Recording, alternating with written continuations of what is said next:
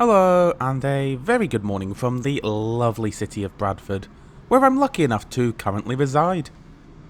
Now, I'm here at the decidedly less lovely Bradford Interchange. Today, we'll be heading east to Hull, taking a couple of northern trains to get there.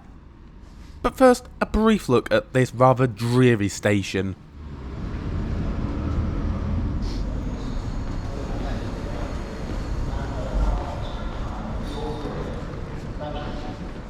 Bradford Interchange originally opened in 1973, and according to its Wikipedia page was apparently, and I quote, hailed as a showpiece of European design. I mean, it's no St Pancras, that's for sure. As much as I'll criticise its rather depressing aesthetic qualities, the station is at very least functional. To our left, we have escalators that all take you up to the rail part of the interchange, and to the right, we have the entrance to the bus section.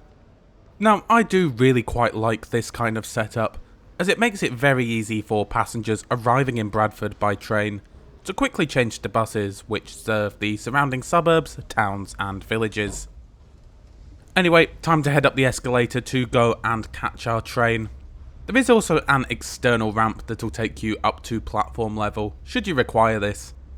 The first service we'll be catching today is the 10:10 to York, which will be taking as far as a village called Fenton, which is between Leeds and York. We'll be departing from platform 4 today.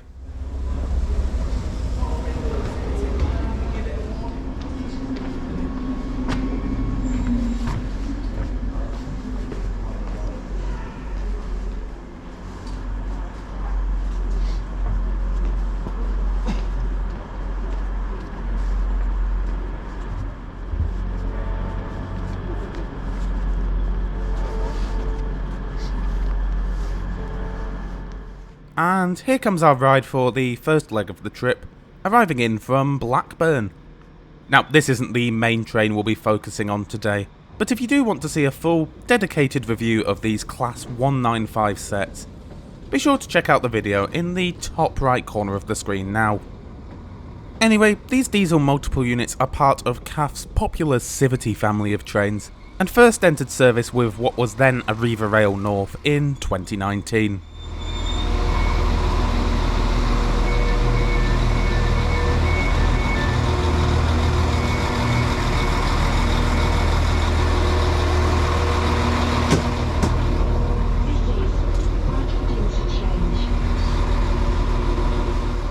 Now, as you can see, this service is rather busy, so as to not disturb anyone with my filming, I'm just going to stand for now. That said, there were a few seats available, so if it wasn't for the fact I was filming, I would have probably taken a pew. York.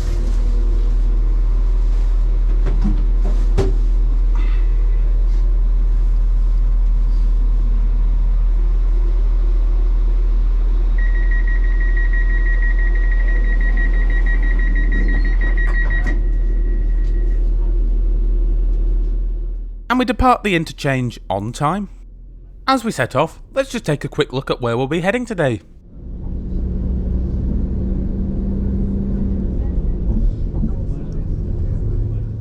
So the first leg of our trip will see us heading via Leeds to Fenton, a journey which is scheduled to take 35 minutes. We'll then have just over 15 minutes to wait there until our connecting train to Hull, with the second leg scheduled to take 50 minutes. The total scheduled travel time from Bradford to Hull is 1 hour and 42 minutes.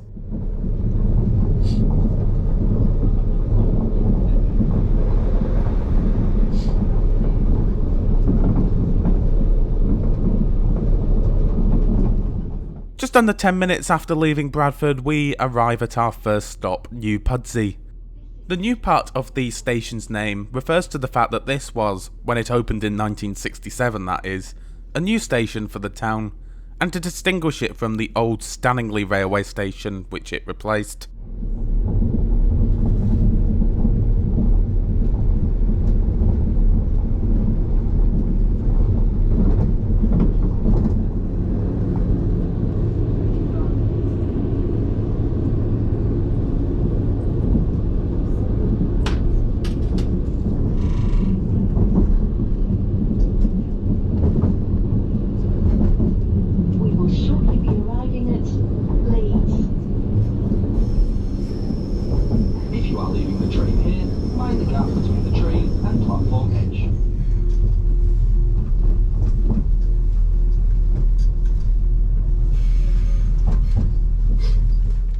As I had expected might be the case, the train momentarily cleared out as we pulled into Leeds, and I was able to take a seat. As those of you who have watched my dedicated review on this train will know, I'm not a massive fan of these new Class 195 sets. That said, while I still maintain that the ride quality is absolutely hideous, the seats do seem to have worn in quite nicely. Granted, they're still not going to be winning any kind of award, but they are perhaps a little more comfortable than I remember them being, so credit where credit's due there.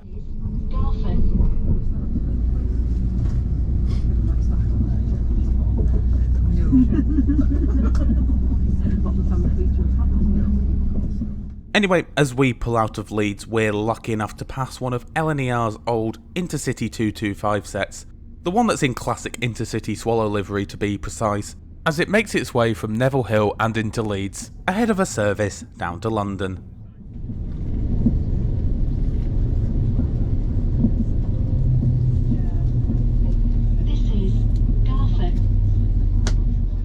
As you can see, even as we're approaching Church Fenton, this is still a very busy service.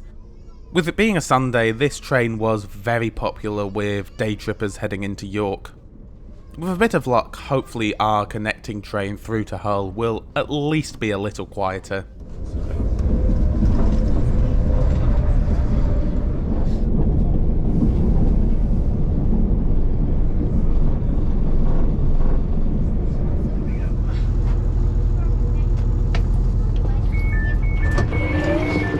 Around a quarter of an hour after Leeds, we finally pull into Church Fenton, where, as I mentioned earlier, we'll need to change in order to continue to Hull.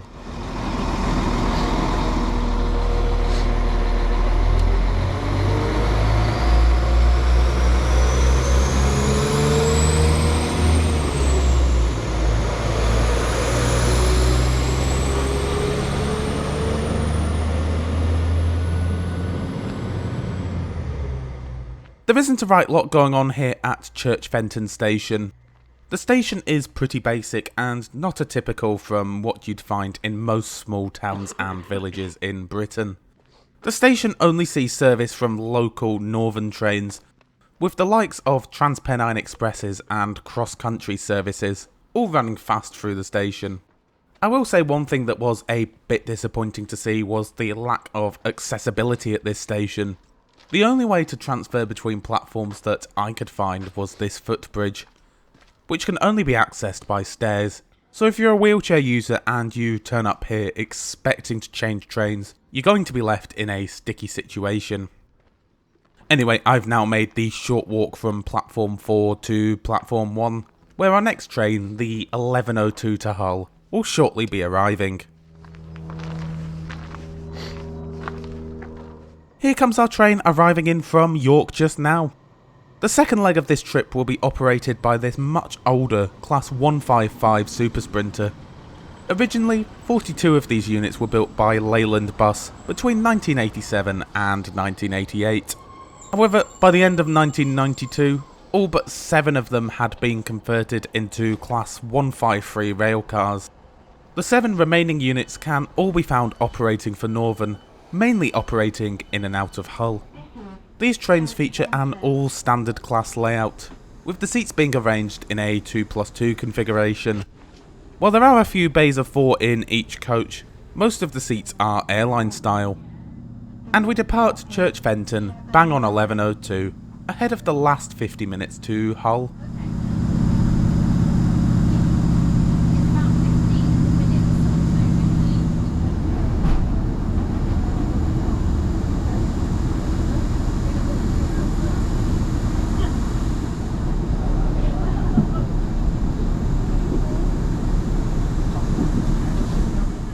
Shortly after departing Sherburn in Elmet, we pass the old Gascoigne wood sidings, where we can see a Transpennine Express Nova 3 set, an ex-Greater Anglia Class 321 unit, and even some ex-Greater Anglia Mark III coaches.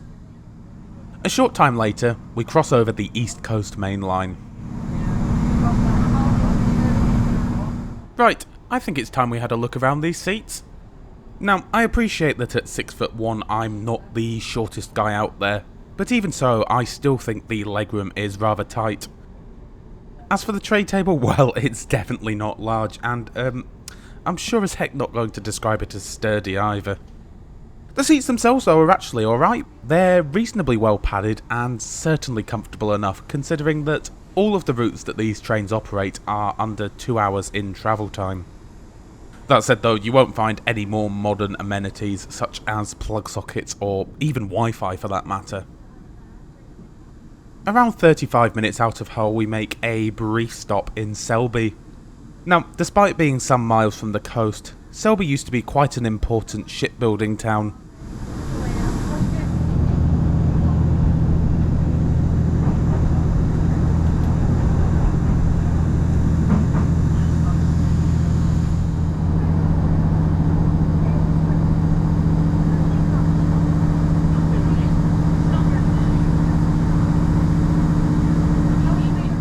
Right, time for a brief wander. Well, the good news is that these trains are fully accessible, with a couple of wheelchair spaces being provided in one of the coaches.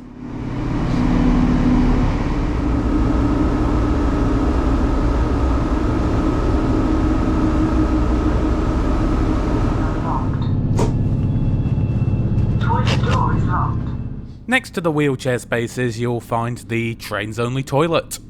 It's the same as what you'll find on most of Northern Sprinters.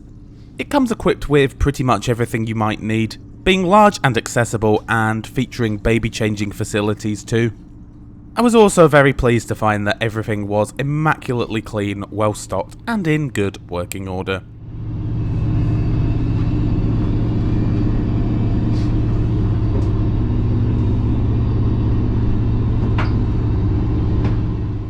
Through in the next coach is just more seating as well as a couple of bicycle spaces. These can be used at no extra charge and don't need to be reserved in advance. Bar that, the only other things you'll find are a couple of luggage stacks by the entry doors and some fairly spacious overhead racks above the seats. All in all, a pretty basic but nonetheless adequately equipped train.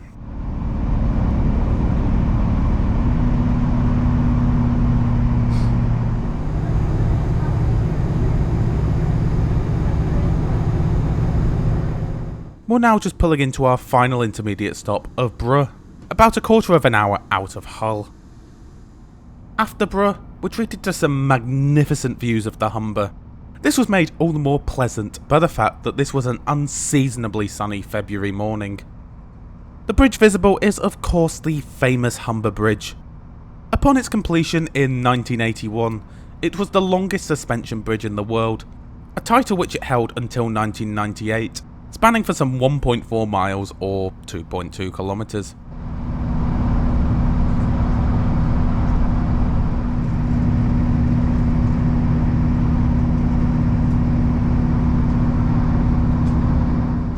Overall, this has been a pretty run-of-the-mill trip with Northern really. The trains can be a bit hit and miss in terms of how busy they are, and you can certainly see that there's a variety of both older and newer trains in their fleet. For me, there wasn't really all that much to complain about on this trip, but nor did anything particularly stand out for me either, besides perhaps the fantastic noise of the old Cummins turbo diesel engines that these Class 155s are equipped with, but the average Joe isn't going to care much for that. That said though, I was quite happy with the cost of the ticket for today's trip, coming in at £8.55 with a rail card, or £13 without. Either way, both of these prices represent good value for money in my opinion, and it's certainly much cheaper for me to take the train than it would have been for me to fuel my car for this journey. So, a pretty unremarkable journey that doesn't break the bank. However, that is just my opinion, so I'm curious to hear what you made of this trip in the comments below.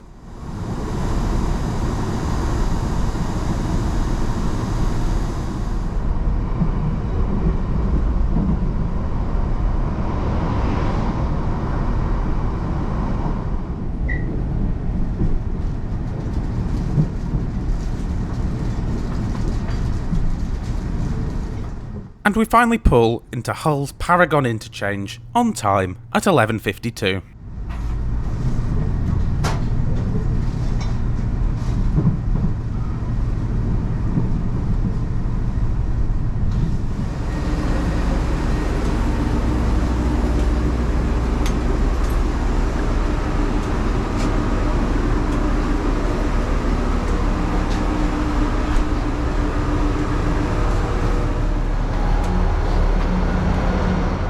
Well, I've now got just under an hour here until I catch my train to London with open access operator Hull trains.